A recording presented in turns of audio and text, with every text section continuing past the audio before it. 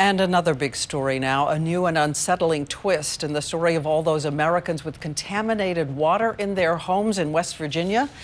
Crowds filled stores in West Virginia Thursday night, stocking up on everything from water to ice. Demand for the items so high, shelves were wiped clean. Say 7,500 gallons of a toxic chemical used to process coal leaked into the Elk River on Thursday from Freedom Industries, a company just upstream from a water treatment plant. The toxic spill poisoning the water that serves 300,000 people. Methylcyclohexane methanol, a chemical that's used in coal processing. It's an oily substance that some say smells like licorice. There was a report by the Chemical Safety Board of recommendations that the state government should take in order to protect the citizens from this type of an accident again. And none of those recommendations have been passed. If there's any little tiny bit of good news here in Charleston, it's that state officials say their testing of the water shows that the contamination level is going down. It's just not down far enough. It's been inspected. I guess 23, 26 years it hasn't been inspected, so if it had been certified every year like they're supposed to do, then we could have avoided this whole situation.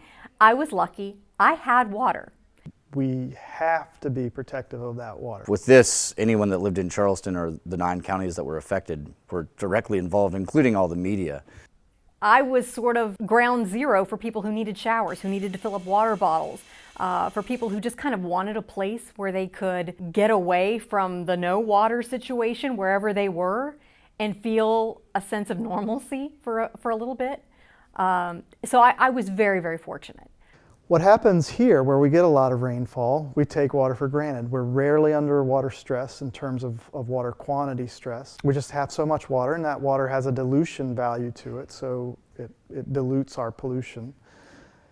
But what we saw from that chemical spill is that when we don't have water, it creates a serious, serious situation. It is a do not use order, which is different than a boil water advisory, which is, I think, what a lot of people maybe wondered at first. Is this just a boil water advisory? We get those all the time.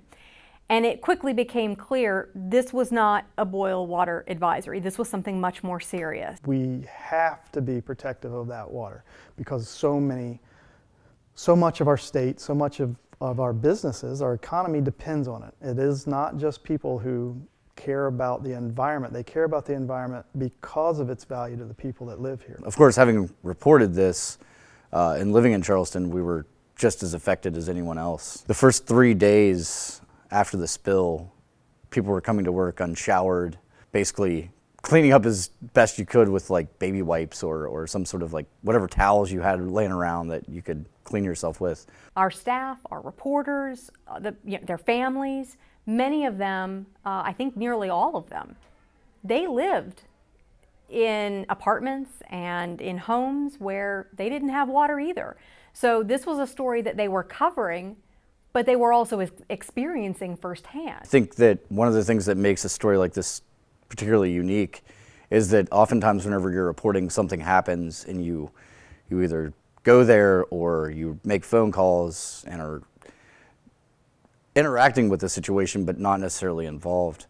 Anytime you have media affected directly by what they're reporting, it adds a sense of immediacy and urgency to their job. It's taking a step, maybe it's a small step for science discovery, but it's a huge step in linking people to the science. I think people need to advocate for their community and for safety in their community, no matter what it is. But when it comes to something as essential as water, know what's going into the water. Know how your water's processed. Understand what potential hazards there are along the waterways which feed your particular system.